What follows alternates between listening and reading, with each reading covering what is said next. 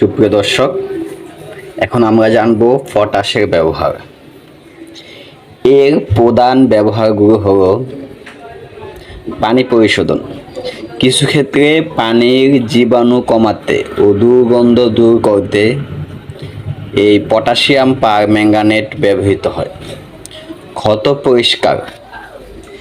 চিকিৎসকের পরামর্শ অনুযায়ী খুব পাতলা দ্রবণ দিয়ে কিছু ধরনের ক্ষত বা ত্বকের সংক্রমণ পরিষ্কার করতে এই পটাশিয়াম পারম্যাঙ্গানেট ব্যবহৃত হয়।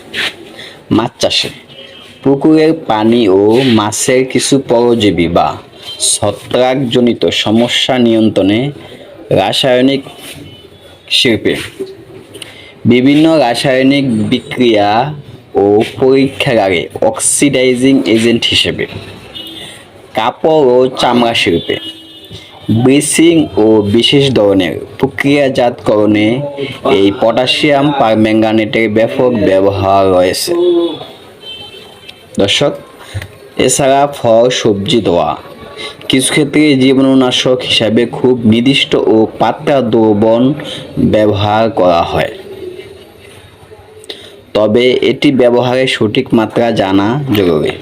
সতর্কতা: ঘন দ্রবণ ত্বক ও চোখের ক্ষতি করতে পারে। দুর্মাত্রায় ব্যবহার করলে বিষাক্ত হতে পারে।